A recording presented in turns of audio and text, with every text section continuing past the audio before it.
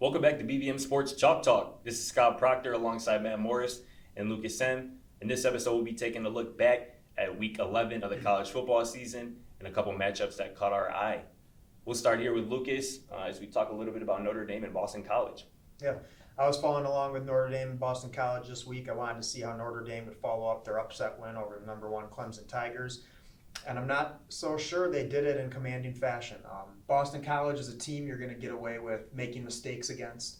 They had 3 lost fumbles. They had 2 15-yard penalties that led to a Boston College touchdown. They missed a field goal. And against Boston College, that's going to fly. But when you want to be considered a top team contending for a national championship, that's not going to happen. I really want to like Notre Dame. I like Ian Book.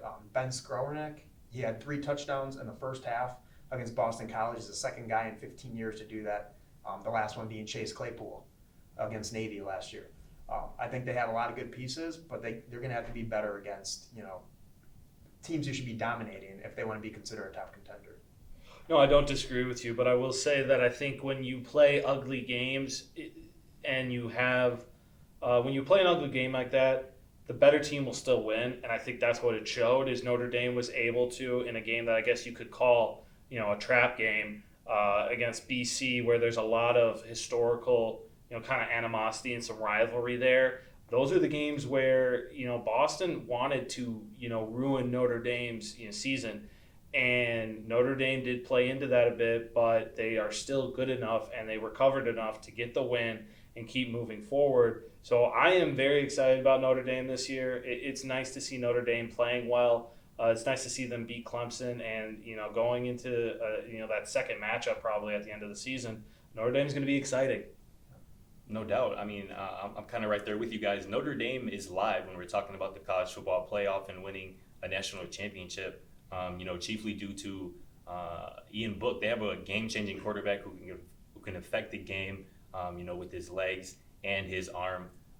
I'm with you there on the mistakes against Boston College, but the way I kind of look at that, to go on the road after such a huge program win over Clemson the week before, to go on the road at Boston College and win a game that easily could have went the other way with turnovers and mistakes and miscues, as Lucas highlighted, was a big deal for me. Moving forward here, barring any major setbacks, Notre Dame is a top 4 team in the country as far as I'm concerned, and I expect them to not only make the playoffs, but perhaps at least win a semifinal game. It's going to be exciting. For sure. Let's move on to another matchup, this time in the Big Ten, as Wisconsin completely dominated Michigan over the weekend in a very ugly game. I believe in the first quarter, total yards was 129-1 in favor of Wisconsin. Michigan's quarterback, Milton, threw 2 interceptions on his first 2 pass attempts. Just another ugly, embarrassing loss for Jim Harbaugh and company. But the biggest thing here for me is the Badgers. Graham Mertz is that guy that the Wisconsin Badgers have really always looked for. The Badgers are going to bring a run game. They're going to bring a defense. All they've needed is a quarterback who can extend plays, complement the running game, a la Russell Wilson, and I think Graham Mertz is that guy. Now, having said all of that, I'm not completely sold on Wisconsin after 2 games played. They beat up on a bad Michigan team. They beat up on an Illinois team week 1 that just got their first win over the weekend. I do need to see a little bit more, but early on, I really like the Badgers' chance to, really compete with Ohio State for a Big Ten championship and, make a play for the playoffs. How do you guys kind of view the Big Ten race specifically with the Badgers? Yeah, Badgers' small sample size. Obviously, it's impressive. As much as Michigan has struggled, not being able to practice. I mean, a lot of their guys weren't practicing because of the COVID stuff. To come off 21 days and come back and win in such, demanding and obvious fashion bodes well. I like the wide receiver setup that they have with Davis and Pryor. They get creative with how they use their weapons, so it's not just passing and running. There's some end arounds and some, a little bit of trick plays in there. Defense is always going to be good.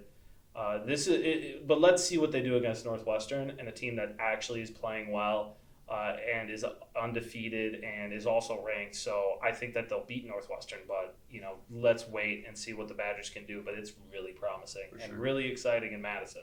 And one more thing before before you go, Lucas, and I hope I'm not stealing your thunder, but just one more thing I wanted to add. Jake Ferguson, the Badgers tight end, that man is a dog. He reminds me of Gronkowski. I don't know if it's the big elbow brace or what it is, but that man can go up and elevate and catch footballs that other guys really can, and he's a true red zone threat. But Alvarez grandson, that's Badger royalty right there. So yeah, I mean, transitioning over to what I had to say here, I just think that the Badgers get recruits. So no matter who they have in at quarterback, they're going to pick apart a bad Michigan team, or they're going to pick apart Illinois.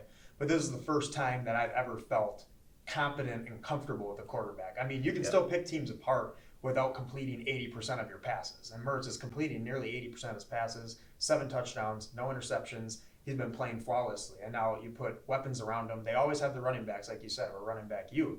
But now you have, Kendall Pryor, Ferguson, and Danny Davis. Yeah. So yeah, and he's been, utilizing all of them. So it's impressive to see. And the O-line's always good too. Yeah. So, I mean, exciting what you see from Wisconsin, but kind of going into the preview of next week where they're playing Northwestern. Northwestern is coming off, a battle of the unbeatens. The Big Ten is weird this year. Obviously, they start late. There's been a few games where everybody's missing out, but Michigan has fallen off. Penn State doesn't have a win. Minnesota wasn't able to carry the momentum they had from last year into this year, and so Michigan State's still, just not where they used to be. So it's been interesting to see some other teams in the Big Ten kind of step up. Northwestern showed that, not just defense, but the offense is playing well and can be trusted to finish a game.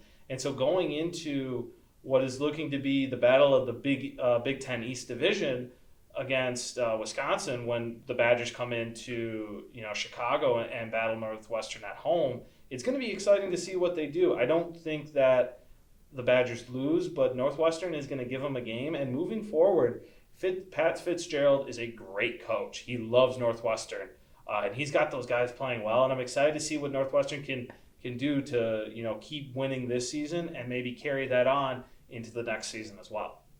For sure. I mean, yeah, Northwestern is 4-0 in the Big Ten now for the first time since 1996, which is a whole year before I was born, which is impressive. They deserve their credit. I like that you mentioned Fitzgerald. He's a great head coach. He's been a stalwart there at Northwestern for a while now. But, I don't anticipate this Big Ten West showdown being much of a battle on Saturday. I like the Badgers, big time. I expect Graham Mertz, after struggling a little bit early last week, after a 3-week layoff against Michigan, I expect more of a performance, like the one he put on display week 1 against the Illini.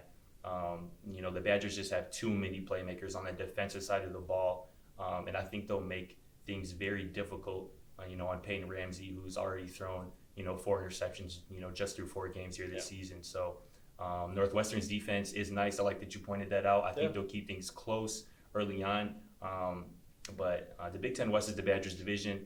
I think Northwestern is just in the way, and I think it'll just be a date that we're looking forward to when they take on Ohio State to decide a Big Ten champion. Right, and I don't know how much the Northwestern-Purdue game really taught us. Neither of the teams have the national spotlight. Yep. It's we don't really know much about them. We get to we follow along, and they're Big Ten teams, so we're following along with their scores. But there's not much we know about their athletes unless you're really a fan of them. So. Yeah. And I know they're ranked, they're 23rd right now, Northwestern, but I don't really expect them to put up a fight with the Badgers. You're just, when you get the recruits, like I mentioned against Illinois and a bad Michigan team, you're just going to win games that you should win. And it's hard to really get a true judgment off of who's good and who's not in this college football season with teams, every week playing or not playing because of COVID. Yeah. So, there's a lot of question marks still about these teams. No doubt. Definitely a fun weekend ahead of college football. We'll be tuned in, but that's going to do it for us here at BVM Sports Chalk Talk. I'm Scott Procter. On behalf of Matt Morris and Lucas Semb, we'll catch you next time.